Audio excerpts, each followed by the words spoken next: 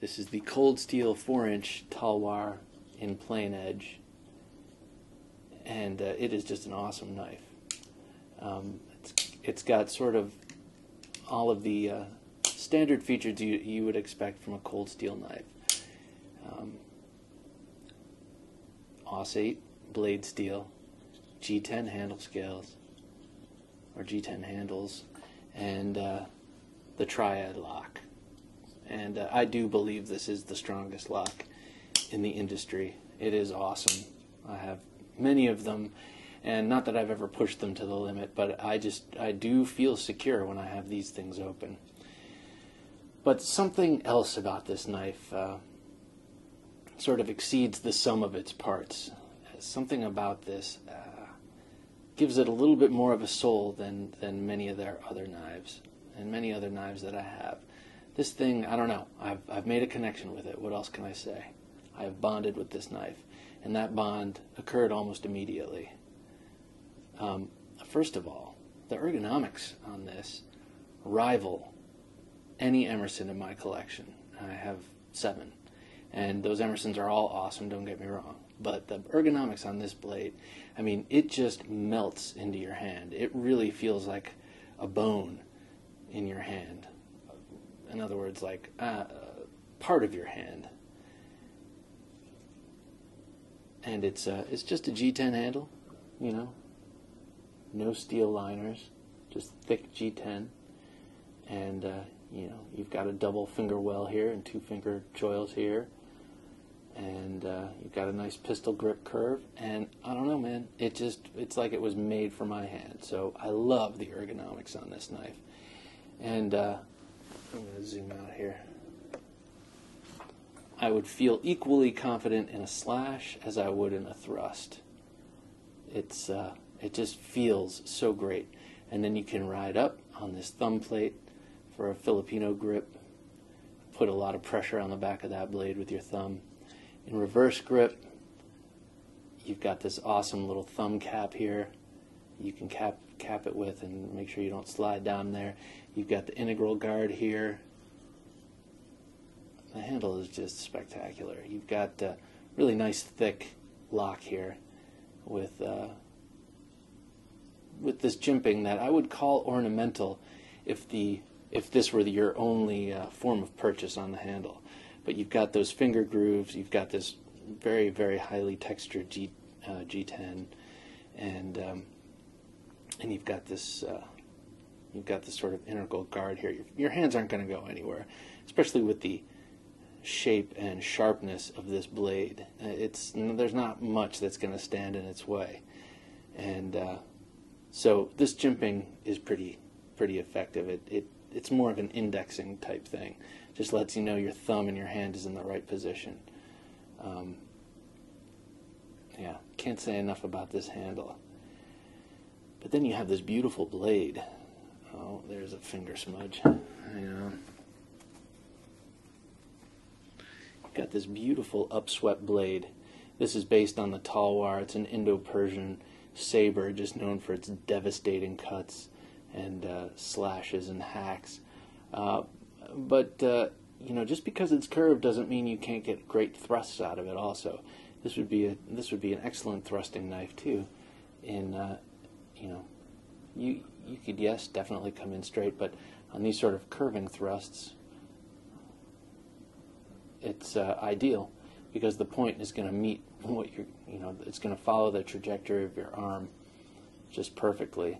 You've got a full flat ground blade. It's made of Aus 8 as usual. You know, that's Cold Steel's Aus 8A.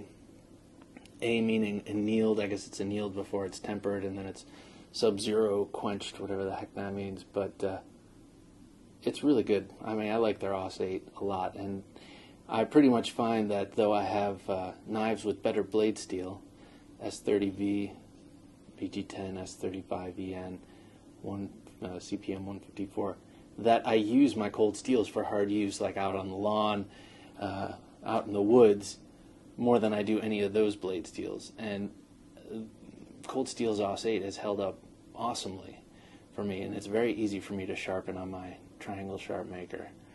Unlike, for instance, Ontario's Aus 8, which, I don't know, I have a harder time sharpening. Not that the steel is harder, but I have a harder time keeping a consistent edge and not rolling it for some reason. For some reason, I don't know, my rats are harder to keep sharp. So yeah, you got a 4-inch full flat ground blade with this cool swedge up here. It's like a bone-breaking swedge on a hunting knife, but I'm sure it's just there to lighten things up. It doesn't really aid in thrusting, doesn't make it any easier for penetration, but it does allow for the tip to stay wide while reducing some weight here. You got the ambidextrous thumb opener, thumb plate, which acts as an awesome wave. You wave it off, you pull it out your pants, pocket, and this side snags on your pants as you pull it out. One thing to avoid, I find this with my pajama or sweat pockets, sometimes material can get caught under there. It's not really the intention of this thing. It's really supposed to be used on the side, and you've got this jimping on the side that sort of adds to its grippiness to catch on the seam of your pants. But that's the other part of this knife that I love so much. Not only does it feel great in hand, and not only is it just a wicked, menacing knife, but it's easy to deploy. You just pull it out and boom, it's open. Plus, it's one-handable. It's not as smooth a process as, say, like a liner lock, where you can. But once that triad lock breaks in, you can open it and close it with one hand, because the ricasso is catches on your finger there, and it's not going to cut you unless you're riding way back. Just don't do that. I don't know. There's something comforting about knowing you can open and close your knife with one hand. Most knives you can do that these days. Oh man. So yeah, you've got you can put the pocket clip on the other side. You've got a lanyard hole. This knife, as I don't know, I wouldn't put a lanyard on this, but to each his own, as they say. So let me compare this to a couple of knives after I wipe it off. Man, I hate fingerprints on my blades. You got that. Let's see, what else can I show with it? This is kind of an obvious choice. Spyderco Persian.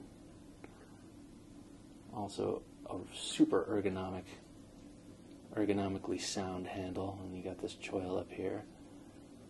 This feels like a little mini sword, it really does. And I love that angle of the blade to the handle. It just would accelerate any cut. Also a beautiful knife. The upsweep of that Spyderco blade is almost enough to turn me off. Almost, but it's sort of like that girl who's exotic looking but kind of ugly, who's just, I don't know, kind of stops you in your tracks. It's kind of how I feel about this knife. And then, let's see, then we got this is another one that I kind of think it sort of fits in the same sort of genre. It's this, it's the Cold Steel Espada Large. And of course, size-wise, it dwarfs the Talwar, but it's got a similar spirit. You know, it's built for fighting. You know, it's not really much of a utility blade, though I'm sure it would excel and do very well. But this is not a knife you want to go camping and banging around with. It's a knife you want to keep in your cummerbund and pull out, during a knife fight at the casino, that kind of thing. It's also got the super ergonomic handle. So when I look at this knife, I love this knife, and then I look at this knife, which I really love. I'm like, yeah, man, they do make a 5.5-inch version of the Talwar. Maybe you need to get that. Complete the family portrait here. I don't know. Maybe I will, maybe I won't. But I have a drawer full of large cold steel knives that I never use, that I just pull out and fondle. And, nothing wrong with that. Maybe my progeny, my future generations will use them, because I know I'm keeping them and I'm passing them down. I always got knives from my grandfather, and I always thought it would be cool to leave my grandkids when I'm dead and they come to my house and go through my possessions. One of my grandchildren, which, you know, I don't have yet, but one of my grandchildren will find my knife stash and be like, oh my God, I knew Grandpa was a knife nut, but oh my God, this is awesome. And they can keep what they like and sell what they don't like, but I always thought it would be cool to hand knives down to that one lucky grandkid who cares. Anything else on this cold steel Talwar? I don't think so. I'm just going to wipe it down and give you one last slow motion close-up pass. Oh, it has tasted my blood the day I got it. It was on closing the blade, and I was lucky because it did not travel the full arc before it hit my finger, so it didn't do too bad.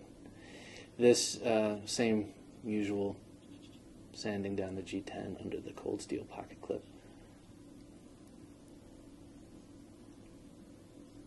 Talwar. It's awesome. Awesome knife. Highly recommend it. And if you don't like cold steel, you probably haven't watched this video all the way to this point, but man, this is one worth slumming it for, if that's how you feel about cold steel. I know a lot of people feel that way, but this is an awesome knife. No matter what you like, you'll like this one. All right, everybody, thanks for watching. I'm the Knife Junkie, and I hope to buy some more new knives soon. Take care.